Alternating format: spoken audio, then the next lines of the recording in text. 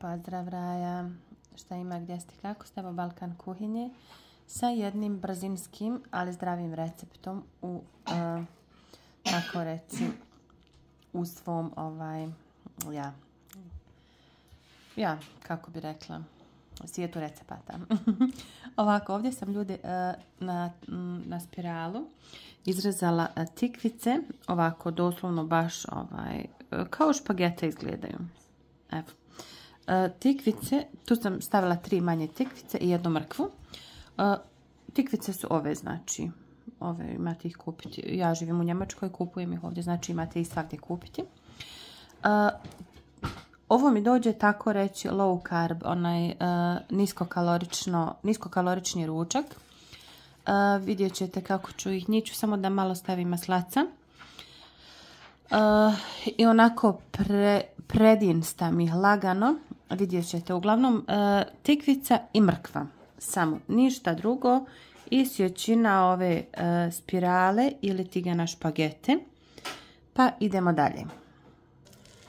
Evo, ovdje sam stavila maslac, sad ćemo da dodamo ove naše zdrave špagetice.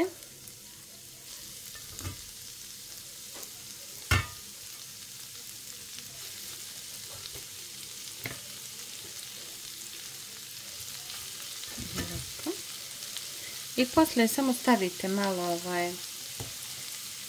ili vegete ili soli i malo sira odozgo. I stvarno imate, znači, jelo boli glava.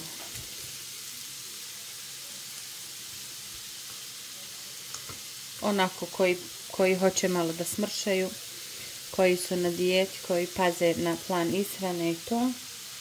Ovo je idealno jelo. Ostanite tu pa pogledajte kad budu gotove. I evo ljudi, znači ovo je već gotovo.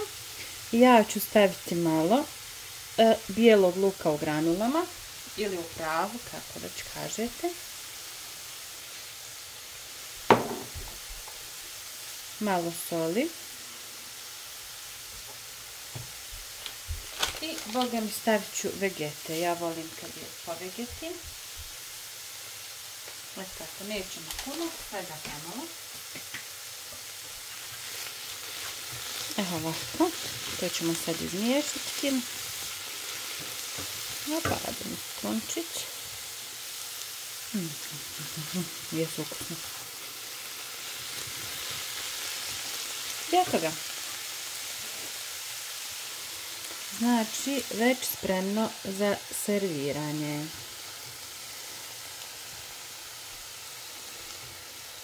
Znači, zdrave špagetice. Ovako ljudi. Ja ću da stavim malo mozzarelle. To je to. Hajde, ovo reći što mi je ostalo, što možda da stavim. Evo ga. I vidite vi to sad. Evo. Sad ćemo mi to odmah da probamo, da vidite kako je to. Vidite, mislim, ukusno je stvarno, a nisko kalorično. Wow.